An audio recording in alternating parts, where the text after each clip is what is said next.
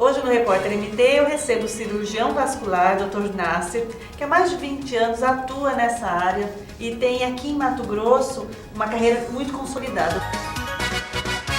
Nós tivemos recentemente até mesmo a transmissão de uma cirurgia ao vivo, Exato. Ou seja, em que o médico se coloca ali diante de seus pares, de outros especialistas, nessa troca de informação.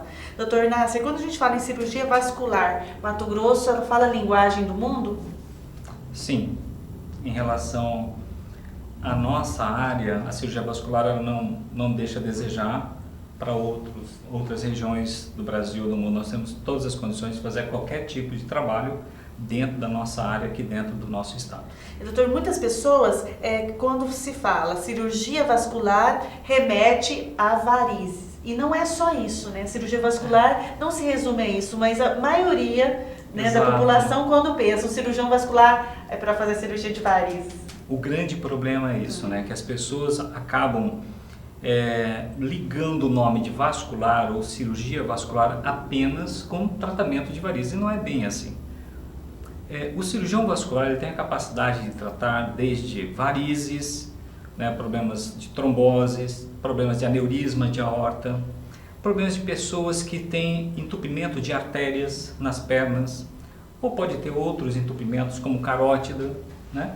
Então essas doenças, na realidade, que acometem a área vascular, que é arterial e venoso, o cirurgião vascular ele consegue tratar tranquilamente. Quando a gente pensa um AVC, hoje é muito recorrente pessoas tendo AVC, a gente Sim. lê o tempo inteiro, né, notícias de pessoas que tiveram AVC. Diz respeito também ao cirurgião vascular? Também. Na verdade, existe uma probabilidade de nós tratarmos pacientes que nós chamamos de doença cerebrovascular extracraniana. O que quer dizer isso?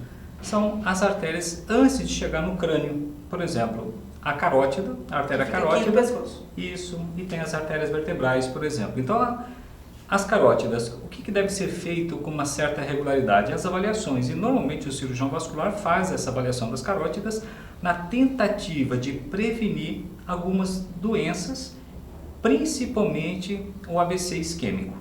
Então é possível, assim, qualquer pessoa recorrer a um cirurgião vascular, a um médico, especialista nessa área, para fazer esse exame, para avaliar como está seu organismo. E isso não acontece com frequência, né? Não acontece. É raro, eu pelo menos nunca fiz um exame como esse. Existem, na realidade, às vezes, outros médicos de outras especialidades que acabam solicitando esses exames, né? Então, o cirurgião vascular, ele acaba avaliando, né, esse segmento da artéria carótida, se tem placas, se não tem, quais são, na realidade, os hábitos daquele paciente, se ele é fumante, se tem uma alteração também no nível de colesterol, triglicérides, que podem favorecer então essas placas nas carótidas. Então tem o tratamento clínico e ele passa a ser um tratamento cirúrgico quando existe um entupimento expressivo da carótida, para que ocorra a prevenção, para que não ocorra, na realidade, então o AVC. Então hoje As placas podem levar ao AVC? Podem. Essas placas elas podem chegar até um determinado ponto e que quando ela está bem avantajada, já essa placa, quer dizer, ela vai reduzir o calibre, reduzindo o fluxo cerebral. E para que não ocorra então o AVC, nós tratamos. Ou é cirúrgico, ou podemos fazer um tratamento também que nós chamamos de tratamento pela técnica de endovascular, que é a utilização de stents, angioplastias. Isso o colega que vai definir qual que é o melhor método para ele, para aquele paciente, se é uma cirurgia convencional que é aberta ou uma angioplastia. Doutor, quando a gente pensa em trombose também é uma preocupação recorrente, né, da população. É muito comum a trombose? Não é tão comum, graças a Deus, mas ela ocorre com uma certa frequência ela hoje, tem né? sintomas, Porque, assim, de repente ela acontece? A Você sintomatologia... pode ter sintoma nenhum e depois, de repente, tem uma trombose? Pode.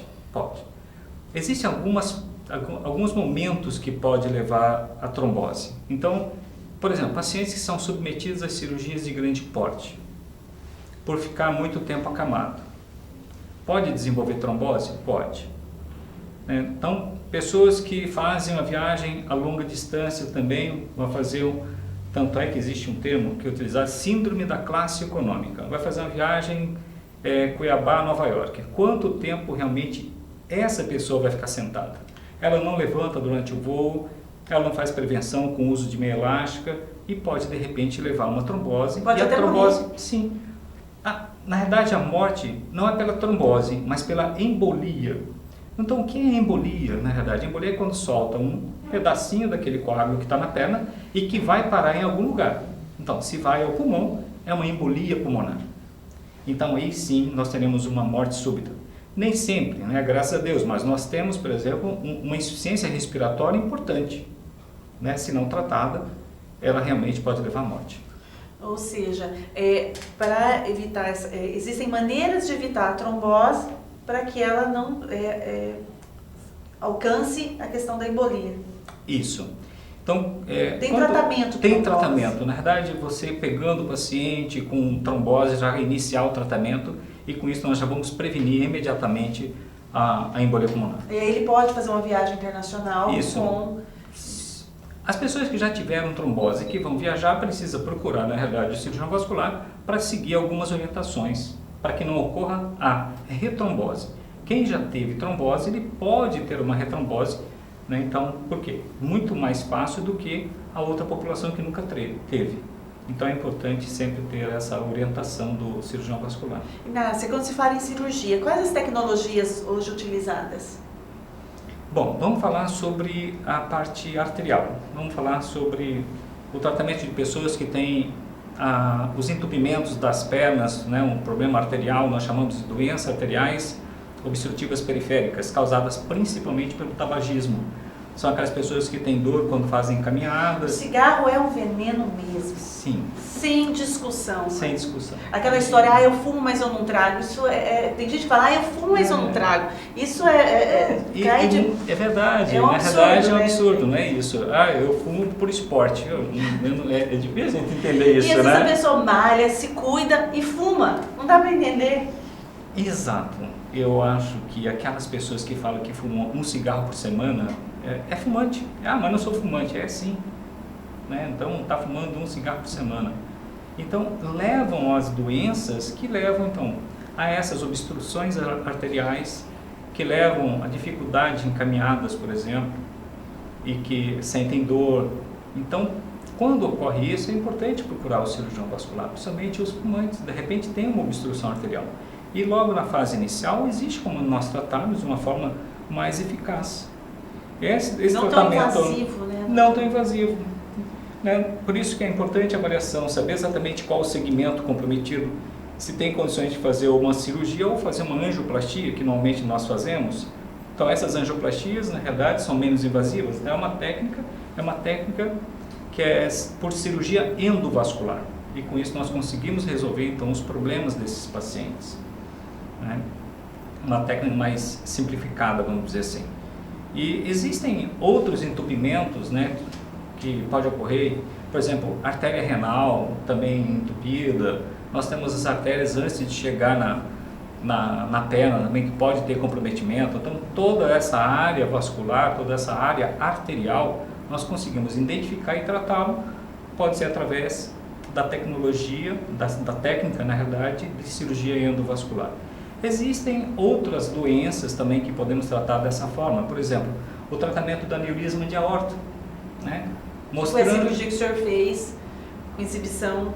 Isso, para o Congresso Internacional, que nós mostramos essa técnica, em que você não precisa fazer uma cirurgia convencional, que é uma cirurgia aberta, em que você abre a barriga do paciente, é uma cirurgia que demora muito mais e que tem também umas complicações maiores também. Com essa tecnologia da cirurgia endovascular, que você faz a técnica pela virilha, em que você consegue colocar essa endoprótese. O que é essa endoprótese? Nada mais é do que um stent e ele é revestido por uma película. Entendeu? Então, ela vai substituir praticamente aquele segmento que está dilatado, fazendo um trajeto sem estar em contato, então, aquele sangue com esse aneurisma. Com isso, nós vamos evitar... É como se fosse uma ponte, mas por dentro da própria artéria. E com isso, o paciente fica 2, 3 dias no máximo e já está indo embora para casa. Uma recuperação rápida. Rapidíssima, essa é a grande vantagem. Então, o que nós temos que demonstrar é que em Cuiabá a gente faz esse tipo de tratamento. O cirurgião vascular faz isso aqui em Cuiabá também.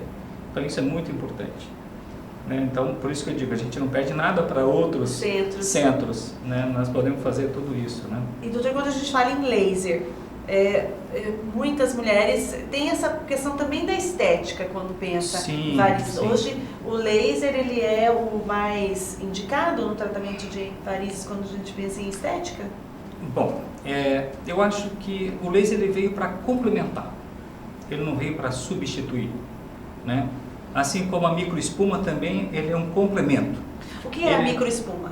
A microespuma, na verdade, ou como muitos falam, microespuma ecoguiada. Por que ecoguiada? Porque nós usamos o ultrassom para identificar exatamente por onde está indo essa espuma que está sendo injetada. Ela é uma substância altamente esclerosante e que quando injetada no vaso, por exemplo, numa safena, ela leva o quê? Leva uma vasoconstrição e depois ela vai levar uma destruição da veia, né? Existem, na verdade, uma necessidade de acompanhamento imediato desses pacientes, né? Em poucos dias, saber como é que está a evolução, né? Porque a microespuma ela vai também para outras regiões. Por isso que é importante ter o cirurgião vascular como, vamos dizer assim, um médico que tem uma grande habilidade de tratar com essa técnica. Porque pegando pessoas que não têm uma habilidade fazendo esse tipo de tratamento, poderá ter complicações muito importantes. Existe a seleção de pacientes para esse tipo de tratamento. Pessoas que não têm condições cirúrgicas muitas vezes, porque tem uma ferida na perna e com isso você não consegue tratar o paciente, você pode optar em fazer uma microespuma nesse paciente, principalmente em pessoas mais idosas, que às vezes o risco cardiológico é um pouco elevado, então você pode lançar mão dessa técnica também, né? E existem outras técnicas, como você disse, do laser. Nós temos o endolaser, que é o que é o endolaser? Endolaser, na verdade, é uma técnica que nós usamos no centro cirúrgico, né? Ou, de repente, numa clínica que tem condições de fazer o tratamento, em que você entra com uma fibra, que essa fibra, que é uma fibra de laser conectado ao laser, que gera energia, e você acompanha com ultrassom aquela região que você vai tratar da safena que está doente.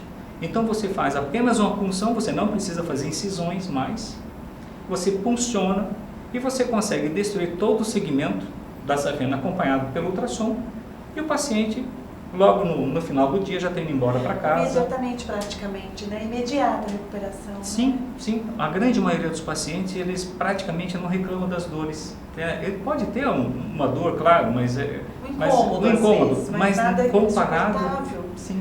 Nada insuportável. Avançou muito, né? Avançou bastante. O tratamento que existe, que eu praticamente estou fazendo há 5 anos, por exemplo, com esse endolaser, é completamente diferente. A gente vê a evolução dos pacientes, eles se sentem muito mais confortáveis. Existem pacientes que tratam e outro dia já está trabalhando. Porque eles não sentem nada. Né? Cansaço, a dor, o incômodo. Então existe essa técnica também, e existe também outro laser, que nós chamamos de laser transdérmico. Esse laser transdérmico é utilizado dentro do consultório, que tratamos os vasos vermelhinhos, né, que o nome na realidade científico seria telangiectasias, né, e tem os vasos um pouco mais calibrosos, que são aquelas veias reticulares e algumas microvarizes, você consegue tratar. Às vezes faz uma teia, né? Faz uma teia assim de... Exato. E às vezes essa teia, você tem que identificar quem é que está levando a formação dessa teia. Então existe essa técnica que nós usamos, que é criolaser e crioscleroterapia, e usamos um equipamento para identificar também essas veias reticulares que estão alimentando esses vasinhos e conseguimos tratar, na verdade, esses vasos com essa técnica. Eles devem ser tirados, esses vasinhos, ou em alguns casos tanto faz no organismo, doutor? Então, ou é só estético e tanto faz, ou não? É preciso sim buscar. Existe uma boa parte estética, porém, uma boa avaliação. Nós sabemos que existem varizes que levam, na verdade, à formação desses vasinhos menores também. O que precisa ser feito? De repente, um ultrassom, para nós identificarmos se existe alguma coisa mais importante. E com isso, eu posso identificar e dizer para o paciente, olha, o melhor resultado para você é a microcirurgia, ou o melhor resultado é você fazer o tratamento com laser ou microespuma ou escleroterapia, né, com agulhas. Então, é importante, o médico vai identificar o que é melhor para o paciente. Muitas vezes o paciente fala assim, eu vim aqui porque eu quero fazer microespuma. Mas ele já chega dizendo já chega pedindo que quer fazer aquele tratamento. Não é bem por aí. Não é bem por aí. Eu acho que nós temos que avaliar bem cada paciente. Ele tem uma alteração que não é igual ao outro, por mais que sejam varizes, mas de repente o calibre é diferente, a superficialização das veias. Seu histórico é diferente, histórico né? Genética, tudo. É importante saber que só o laser não é o suficiente para tratar o paciente. Esse laser transdérmico utilizado, nós usamos um conjunto de técnicas que podemos tratar o paciente naquele momento. Nasser, quando se fala em saúde, né, a saúde de todas as nossas veias, né, toda essa questão vascular, quais são os principais cuidados que todos devemos ter para manter a saúde das nossas veias? Essa história de alimentação, da gordura, picanha, realmente não pode. Bom, a primeira coisa que tem que fazer, dependendo da idade, fazer primeiro uma avaliação cardiológica, né, para ver as condições cardíacas do paciente. É claro que pacientes jovens, né, você tem que fazer atividade física, nós todos, independente da idade, claro, nós precisamos fazer uma atividade física. Essa atividade física, seja caminhada ou atividade sendo monitorada por um especialista, né, e por um personal, coisa parecida, nós precisamos ter alguém que nos oriente também nessas atividades. A atividade física vai melhorar muito a parte circulatória. Você vai ter um condicionamento muito melhor. Com isso, você também pode minimizar os riscos causados pelo colesterol, triglicérides, porque você fazendo atividade física, você vai conseguir manter esses níveis dentro do parâmetro normal. O organismo é muito mais equilibrado. Muito mais equilibrado. Então, a atividade física é muito importante. É claro que também a alimentação é muito importante. Essa alimentação, né, você pode, na realidade, reduzir os níveis de gordura da sua comida, né? É claro que hoje frequentemente as pessoas não comem adequadamente. São lanches, né, são doces, são biscoitos. O açúcar também entra nessa. É o grande vilão. O vilão é o açúcar? O grande vilão hoje é o açúcar. Ao lado da gordura ou era mais? Creio que ele seja até mais importante para causar algumas complicações. Deixar hábitos como o cigarro. Bom, o cigarro realmente é o grande vilão. O sedentarismo, o cigarro, acho que isso que é importante, a alimentação. Então você resume nesses três. Então a alimentação, hoje você pode procurar pessoas especializadas que possam, de repente, te orientar em relação à dietética, né? A parte da dieta. Então, cada um é de um jeito, cada paciente ele tem que ser tratado de uma forma diferente do outro, porque cada organismo é diferente. Então muitas vezes as pessoas falam assim, eu vou pegar a receita que foi dada para o meu amigo ou para minha irmã. Não é a mesma coisa. Nós temos que tomar muito cuidado com isso. Porque não basta só envelhecermos, né? Vivermos mais, mas é preciso ter qualidade nesse envelhecimento. Então, tudo que se faz em qualquer idade é pensando nessa qualidade que tem que acompanhar a vida como um todo. Exatamente, exatamente. Então, assim, a qualidade de vida depende de nós mesmos, de buscar essas informações.